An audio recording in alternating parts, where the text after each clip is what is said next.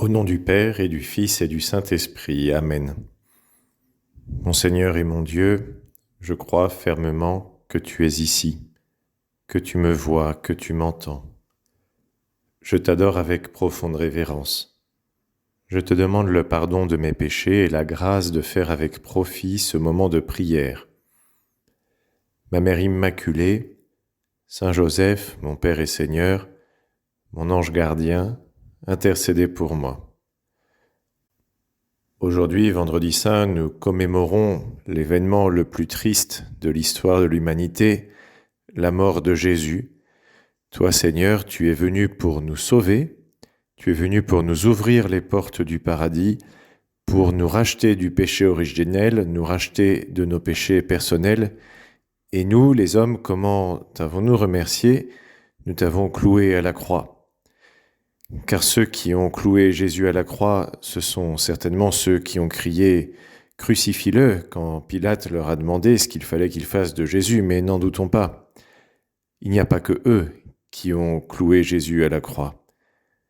Chacun d'entre nous, chaque fois que nous commettons un péché, nous clouons Jésus à la croix.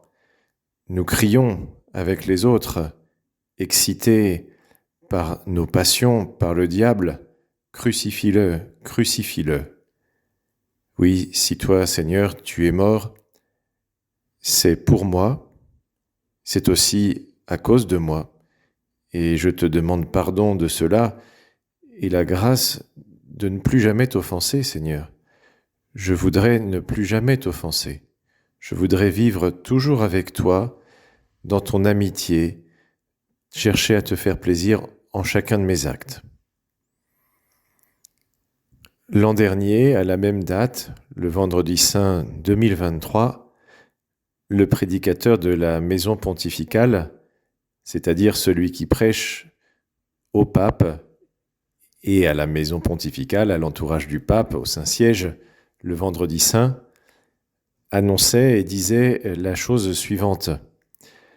Depuis 2000 ans, l'Église proclame et célèbre en ce jour la mort du Fils de Dieu sur la croix. À chaque messe, après la consécration, elle proclame « Nous annonçons ta mort, Seigneur Jésus, nous proclamons ta résurrection, nous attendons ta venue dans la gloire. » C'est vrai, nous nous en souvenons bien. Juste après la consécration, nous répétons cette phrase « Nous annonçons ta mort, Seigneur Jésus, nous proclamons ta résurrection, nous attendons ta venue dans la gloire. » Et le cardinal Raniero Cantalamessa, c'est lui le prédicateur de la maison pontificale, poursuivait en faisant remarquer « C'est une autre mort de Dieu que l'on proclame depuis un siècle et demi dans notre monde occidental sécularisé. Lorsque dans le domaine de la culture on parle de la mort de Dieu, c'est de cette autre mort de Dieu, idéologique et non historique, qu'il s'agit. Oui, alors que nous annonçons la mort du Seigneur Jésus et que nous proclamons sa résurrection et que nous attendons sa venue dans la gloire, d'autres parlent de la mort de Dieu, une mort qu'ils pensent définitive, une mort qui a été proclamée par le célèbre philosophe Friedrich Nietzsche. Dieu est mort, dit-il. Oui, pour un grand nombre de nos contemporains, Dieu est mort. Soit parce qu'ils considèrent qu'il n'existe pas, qu'il n'a jamais existé et que la philosophie contemporaine a tué Dieu, soit parce que même s'il existe, il est très éloigné de leur vie. Et aujourd'hui, vendredi saint, jour où nous commémorons la passion et la mort de Jésus, nous nous rendons bien compte à quel point cette vision est fausse. Non seulement Dieu existe, mais il est proche de nous. Il n'est pas éloigné. Il est tellement proche qu'il a voulu mourir pour nous, à cause de nous et pour nous.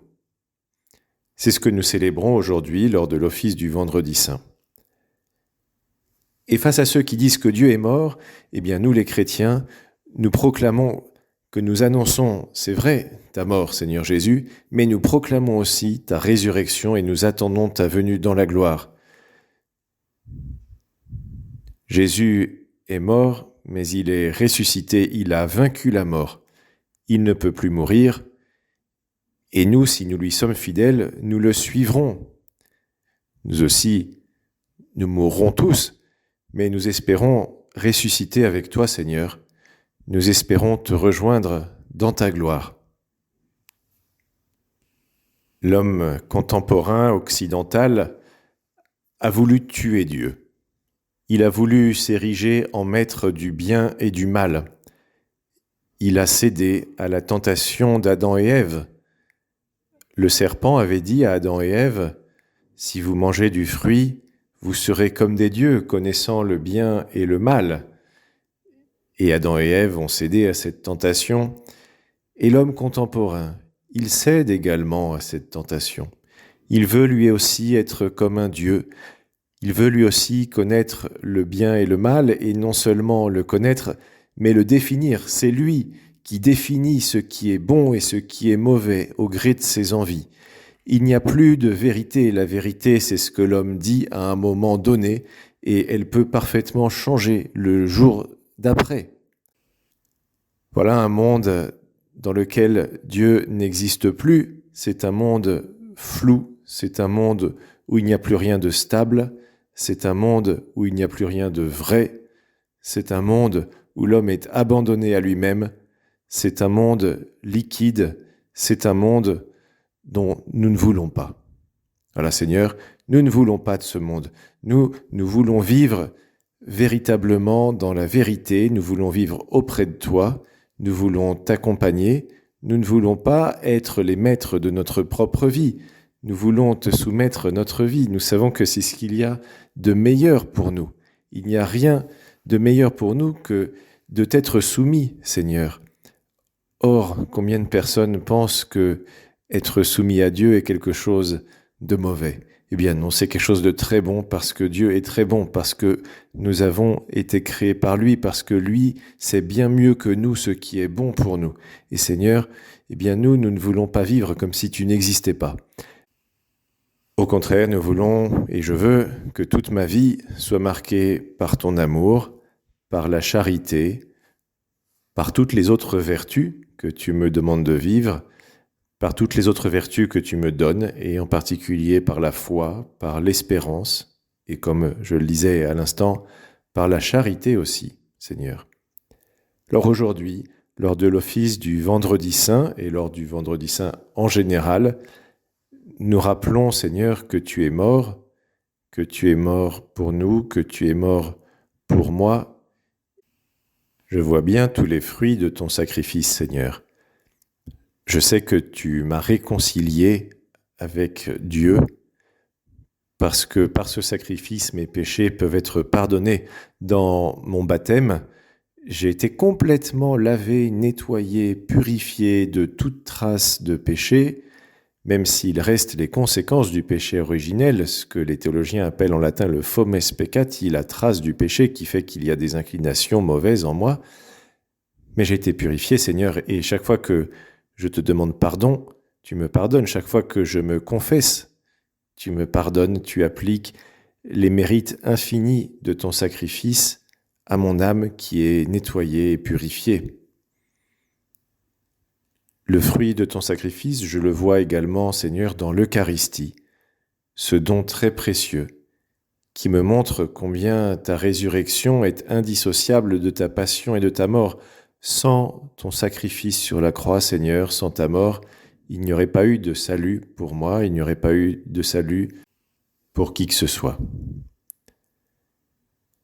Aujourd'hui, lors de la liturgie du Vendredi Saint, si tu vas aux offices, tu entendras une grande prière universelle qui nous rappelle que nos prières sont agréables à Dieu parce que Jésus est monté auprès du Père après son ascension, lors de son ascension, et il intercède, il nous a envoyé l'Esprit Saint qui intercède pour nous.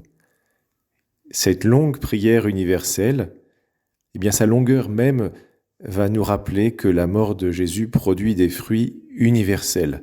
Nous allons prier pour tous les hommes, parce que en mourant et en ressuscitant, toi Seigneur, tu as appelé tous les hommes au salut. Personne n'est exclu du salut, tous sont appelés.